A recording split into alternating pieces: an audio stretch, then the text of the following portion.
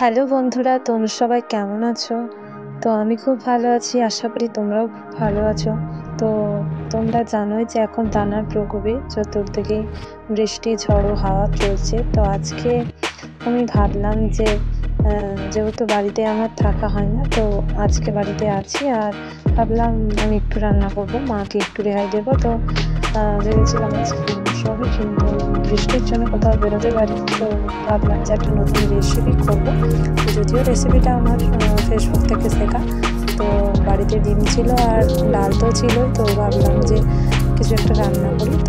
তো প্রথমেই তোমরা দেখতে পেলে যে 3 রকমের ডাল, মুগ ডাল, মুসুর ডাল আর ছোলার ডাল আমি ভিজিয়ে নিলাম 30 মিনিটের জন্য। আর তারপরে দেখো এইদিকে আমি জিরাগুলো ভেজে নিয়েছি, আর ভেজে আমি ওগুলো বেটে রেখে দিয়েছি। আর তারপরে 2টো ডিম নিয়ে আমি ডিমগুলোকে সেদ্ধ করতে বসালাম। আর তারপরে সেই ভেজানো ডালগুলোকে কড়াইয়ের মধ্যে দিয়ে তাতে 2টো পেঁয়াজ কুচি দিলাম, আর আদা রসুন বাটা আর সামান্য লঙ্কা গুঁড়ো দিয়ে এই সময় একটু টমেটো দিলেও ভালো হয়। কিন্তু কি বলতো, এখন তো আমি তো রাত্রে এই রেসিপিটা করছি, তাই ভাবলাম যে রাত্রেবেলায় টমেটো দেবো না। তারপর জল দিয়ে সেদ্ধ করতে দিয়ে দিলাম।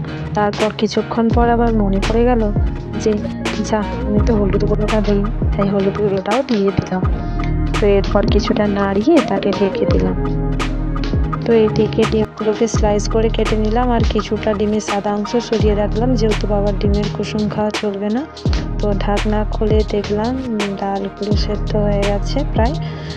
অন্যদিকে কড়াইতে সামান্য ঘি দিয়ে তাতে আদা রসুন বাটা আর অল্প লঙ্কা কোচানো আর কাশ্মীরি লঙ্কার গুঁড়ো দিয়ে ডিমগুলো একটু সামান্য ভেজে তাতে ওই ডালটাকে ঢেলে দিলাম।